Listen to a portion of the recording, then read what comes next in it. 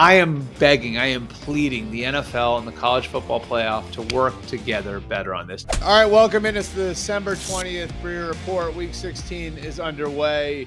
And that's where we're going to start our first topic for this week. The Chargers beat the Broncos on Thursday Night Football 34-27 in a wild game, highly entertaining. Really a tale of two halves, to use that cliche. The Broncos controlled play through the first half. Then you had the bizarre, rare free kick situation at the end of the first half. That's good on that's good on Jim Harbaugh for knowing the rule, having command, and calling the timeout. Before that to force the Broncos to punt, which put them in that situation. That flipped some of the momentum going into the second half. Instead of 21-10, it was 21-13. And of course, the Chargers come roaring back, dominate the second half. Jesse Minter's defense basically put its foot in the ground and turned things around completely, shutting the Broncos and Bo Nix down after the break, after getting run through and on in the first half. And so what does it say about the two teams? I think what it says about the two teams is that the Chiefs have two viable teams to contend with for the foreseeable future here. Sean Payton and Bo Nix, Jim Harbaugh and Justin Herbert. The Chargers and Broncos look like they're going to be formidable for some time to come.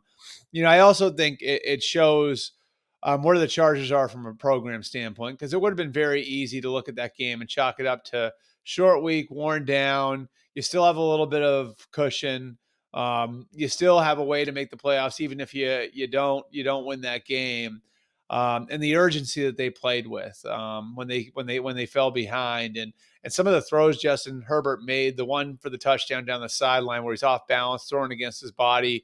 I don't know that there are 5 quarterbacks in the NFL that could make that throw. We saw them able to lean on the running game more this week than they have the last few weeks without J.K. Dobbins. They'll be getting Dobbins back soon. My understanding is by the end of the regular season. So you just sort of saw, I think, all facets of where Jim Harbaugh's program is and where it's going on display. Now almost certainly the Chargers are going to be in the playoffs. The next 2 weeks, they have the Patriots and Raiders. They win one of those games, they're in, and they may not even have to wait. If the Dolphins and Colts lose on Sunday, then the Chargers will clinch. As for the Broncos, they have put themselves in a bit of a precarious position here. They still likely make the playoffs, but now the door is back open for the Cincinnati Bengals. The Bengals play on Sunday against the Browns. If they're able to beat the Browns, which they should be able to do, now all of a sudden they go into a Week 17 game against the Broncos with a chance to steal the tiebreaker and move to within a game of the Broncos at the bottom of the AFC playoff picture. Then in Week 18, you're going to have the Broncos going against the Chiefs, and you're going to have the Bengals taking on the Steelers. And if the Chiefs are playing for the number 1 seed, and obviously that's still up in the air, we'll see what happens over the next 6 days with the Chiefs, what happens on Saturday, what happens on Christmas Day. If the Chiefs are still playing for something, then that's a tough matchup for the Broncos. Possibility exists that the Chiefs aren't playing for anything, in which case Patrick Mahomes and company could control whether or not Joe Burrow makes the playoffs. If Andy Reid decides to sit everybody, well, then that could wind up costing Joe Burrow and the Bengals a playoff spot. So a lot of moving parts there. The Broncos are still close to getting in. The Chargers are right on the doorstep. Good chance we have 3 teams from the AFC West in the playoffs, and a real, I think, sign of strength in that division, and exciting times to come too. For fans watching those 3 teams duke it out, 3 strong coaches, 3 strong quarterbacks. And it sort of illustrates too the position the Raiders are in as they make some decisions on their future coming out of what's another lost season. Topic number 2, we're going to jump to those Saturday games. And the first thing I want to hit on is just the big picture of Saturday, and what an amazing day it has a chance to be, with the college football playoff kicking off tonight with Notre Dame and Indiana. But we get 3 college football playoff games. Obviously, I have a vested interest in one of them. We get 2 NFL games. And I am begging, I am pleading the NFL and the college football playoff to work together better on this. Now, here's some of the background of the way all of this went down. You have to start with kind of the limited number of days the college football had to work with. And they are sort of locked into a schedule where the rivalry weekend is Thanksgiving weekend. Their conference championships the weekend after that. Army Navy's the weekend after that. So really the way they look at it is we had to play this weekend if we wanted to get done anytime early right at the beginning of the second semester. So that was their whole goal, was to finish up before the end of the second semester. They like playing on that Monday night, a divisional playoff weekend. They think that that's ideal for them. And so they felt like they were locked in there, like they had to play this weekend. Well, the NFL looked at it and said, okay, but this is always when we start playing. And if you look at it, the history, going back to 2000, they played on this weekend, the third weekend in December, 20 of 24 years. In most cases, they played a night game on those weekends.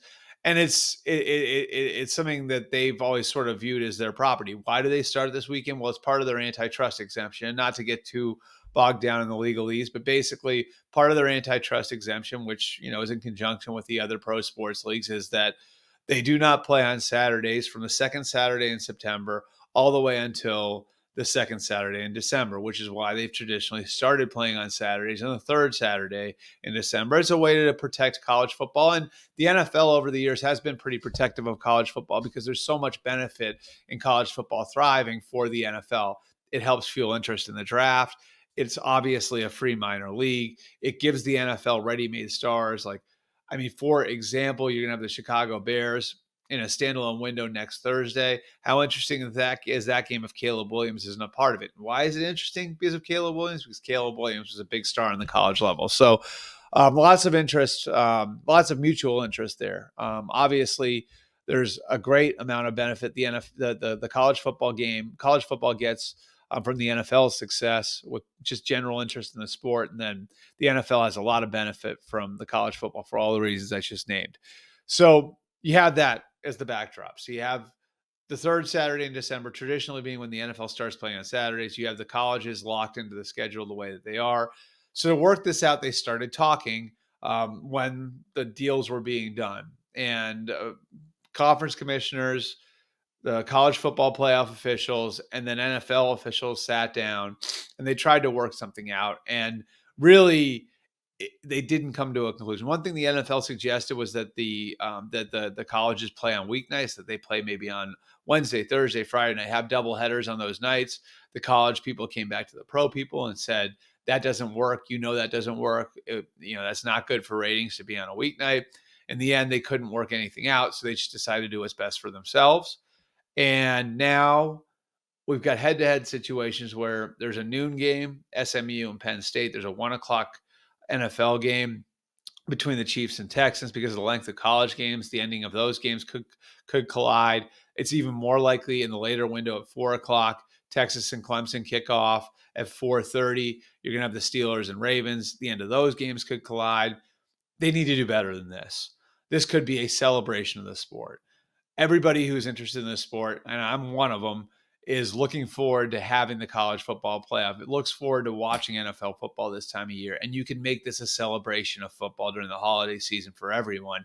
You could have done much better than this. And so I had heard some murmurs that they were going to stagger the kickoff start times, months ago before the schedule came out.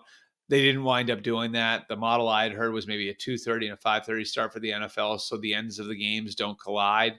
They obviously chose not to do that.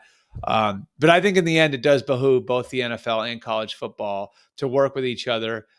Saturday will be a good test case. We'll see the way it affects the ratings for both sports. I don't think that there's any benefit in going head to head with each other.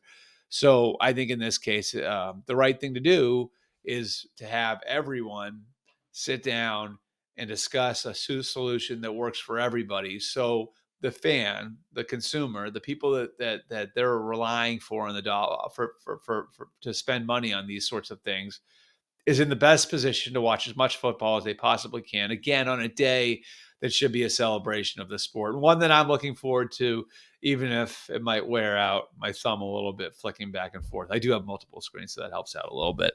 Finally, our third topic is on those Saturday games, just a few injury updates where we're at.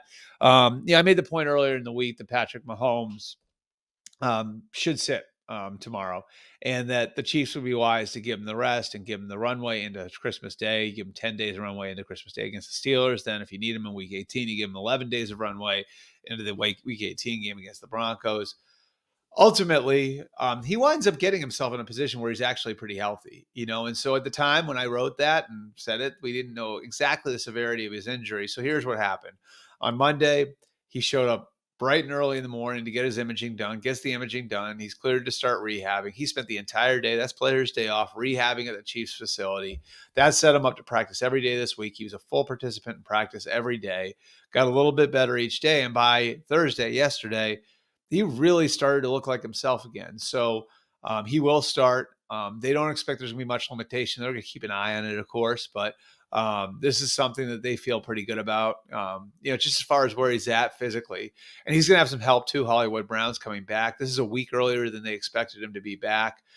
Really, they wanted to give him the extra week and bring him back in week 17 or week 18 because they felt like just to get himself back into football shape, it would take a little while. Well, he showed up in better shape than they thought he would. So he is going to play on Saturday. On the flip side, they are down their left tackle, their new left tackle, DJ Humphries. Joe Tooney will kick out there. Wanye Morris did get some reps at left tackle in practice too, but Tooney will kick out from guard again and make the start at left tackle. Elsewhere, the Ravens have an injury situation with Rashad Bateman. He got hurt in practice on Friday or on Wednesday. They thought it could be a serious foot injury. Like they were worried.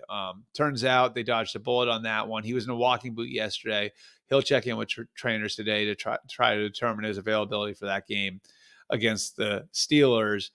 And George Pickens, his situation is a little less predictable. It's a hamstring; those can flare up.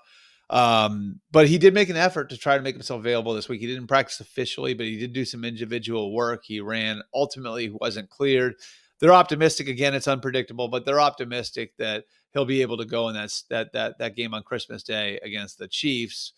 And finally, one Sunday injury note, and this isn't really a Sunday injury note, it's more of a big picture injury note. The Lions have gotten a lot of bad news injury-wise over the last few weeks.